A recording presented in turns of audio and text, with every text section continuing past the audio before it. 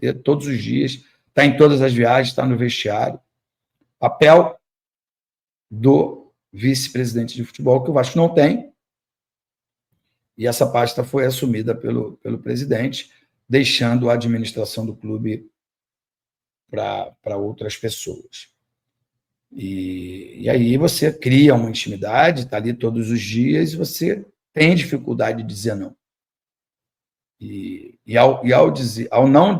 Ao dizer só sim, né, seja para voo fretado, para bicho, para aumento de salário, você faz com que o atleta relaxe, ele não precisa te entregar nada. Né? Eu fui atleta e sei disso.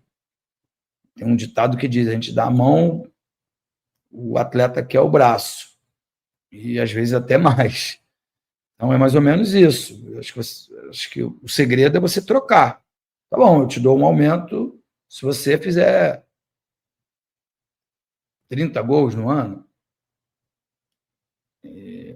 porque aí o clube está ganhando também, tem um retorno para o clube. Se o cara faz gol, a tendência é que o clube possa vencer os jogos.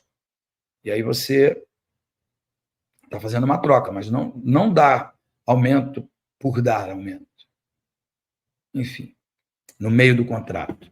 E aí tem outros que estão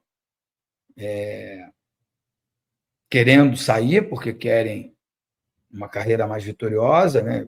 Estou falando especificamente do Léo Jardim, que não está querendo, pelo menos a princípio, renovar o contrato com o Vasco da Gama, porque tem propostas de outros times mais competitivos.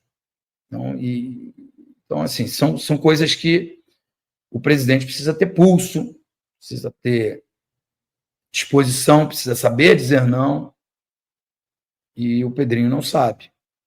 É frágil emocionalmente, né, e não está conseguindo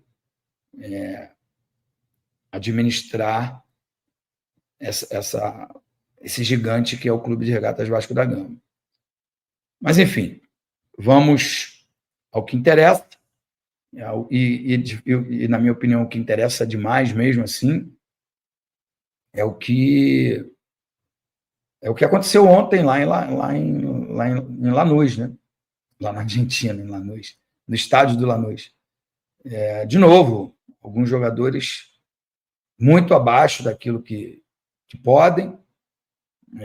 Pô, Edmundo, mas foi só 1-0 num jogo fora, uma coisa normal. Mas não era o resultado que o torcedor esperava, e a atuação também não foi a atuação que o torcedor esperava. Coletivamente melhorou, mas individualmente continua muito, muito abaixo. Esse time aí vai ter muita dificuldade no campeonato, embora tenha evoluído alguma coisa com apenas um treino. Eu estou falando isso porque eu estou torcendo demais para o sucesso do Fernando Diniz. Acho que ele é um dos caras que mais pensam como eu, né, que se preocupam com o atleta. Hoje eu vi uma outra notícia, eu tenho lido bastante para poder falar com um pouco mais de propriedade aqui com vocês, já que eu não tenho mais nenhuma informação do dia a dia do Clube de Regatas Vasco da Gama. E aí eu vou ler, e aí acabo lendo coisas de outros clubes, né? Então, assim, o Jobson e o Bernardo, né, vão jogar a terceira divisão do campeonato catarinense, sei lá, ou vão jogar a terceira divisão por um time de Santa Catarina, alguma coisa assim, porque me entristeceu muito ler essa notícia, porque são dois atletas de alto nível técnico e que se perderam emocionalmente. E eu só vi gente criticando. Eu não vi ninguém estendendo a mão. Ninguém querendo ajudá-los. O futebol mexe com a nossa vida, com o nosso humor, mas a gente não se sensibiliza quando alguém precisa de apoio, quando alguém precisa de carinho, sabe? A gente só sabe tacar pedra, de um modo geral. Falando de um modo geral, a população como um todo, claro que eles são adultos, que ninguém é pai de ninguém, mas eu falo do Fernando Diniz porque todas as vezes que ouvi falar de futebol sem ser no ambiente de futebol, me chamou muito a atenção a preocupação dele com o homem, com o ser humano, que para de jogar muito jovem ainda, depois tem toda uma vida pela frente. Então a gente vê o Fernando Diniz brabo na beira do campo, xingando e tudo, mas não conheço, dizem que é um puta cara fora do campo, né, no dia a dia.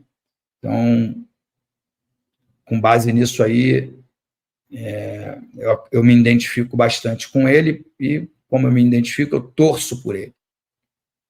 Né? Então, assim, eu estou torcendo para que ele tenha muito sucesso, torcendo para que ele consiga fazer um excelente trabalho no Clube de Regatas Vasco da Gama e que erga o nosso time. Né? Hoje eu vi também uma outra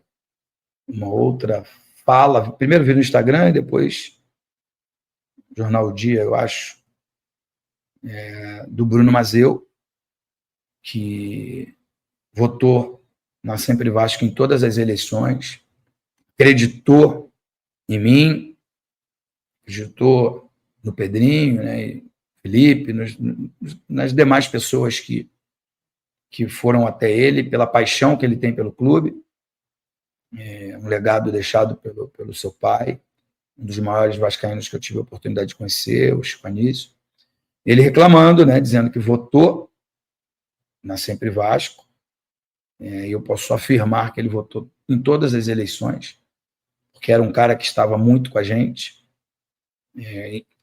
a quem a gente procurava muito, porque é um grande formador de opinião,